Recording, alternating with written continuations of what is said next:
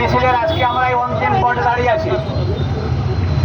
আজকের এই মিছিলে পা মিলিয়েছে সাধারণ মানুষ থেকে শুরু করে ভারতীয় জনতা পার্টির সর্বস্তরের নেতৃত্ব এবং কার্যকর্তা বৃন্দ।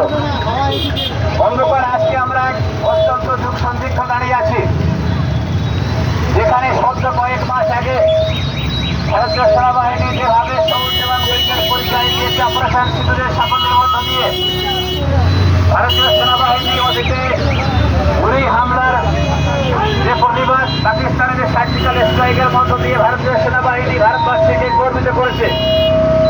ভারতীয় সেনাবাহিনীর যে ঐতিহ্য এবং ইতিহাস অত্যন্ত গর্বের ইতিহাস।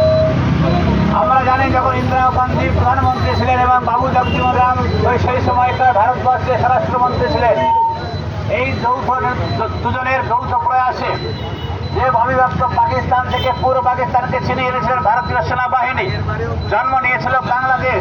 আজকে যে বাংলাদেশ বিশ্বাসঘাতক বেঈমান বাংলাদেশ, যে বাংলাদেশে ভারত বিরোধীরা চূড়ান্ত সংখ্যার আমরা দেখতে পাচ্ছি, তাহলে এহেন যে শৌর্য এবং বীর্যের ঐতিহ্য এবং ইতিহাসে ভরা ভারতীয় সেনাবাহিনীকে আজকে পাকিস্তানের মৌলবাদী শক্তি, বাংলাদেশি জেহাদি এবং জামাতি শক্তিরা যে ভাষায় নিন্দা করে, ঠিক একই রকমভাবে পশ্চিম বাংলার তৃণমূল কংগ্রেসের মুখ্যমন্ত্রী মমতা বন্দ্যোপাধ্যায় আজকে সেই একই রকম সুরে ভারতীয় সেনাবাহিনীকে কুরুচিকর মন্তব্য করেছেন।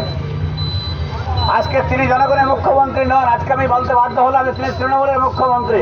কারণ যে মুখ্যমন্ত্রী সংবিধানের নামে শপথ নিয়ে ভারতবর্ষের রক্ষাকর্তা সেনাবাহিনীকে কুরুচিকর মন্তব্য করতে পারে, আমরা যারা সংবিধান প্রিয় এবং শান্তিপ্রিয় মানুষ, আমরা যারা স্বচ্ছ গণতন্ত্র এবং ভারতবর্ষের সংবিধানকে পবিত্র গ্রন্থ বলে মনে করি, সেই সুস্থ গণতন্ত্রের প্রিয় মানুষ কখনো এই মমতা বন্দ্যোপাধ্যায়কে আমাদের মুখ্যমন্ত্রী বলতে আমরা পারি না।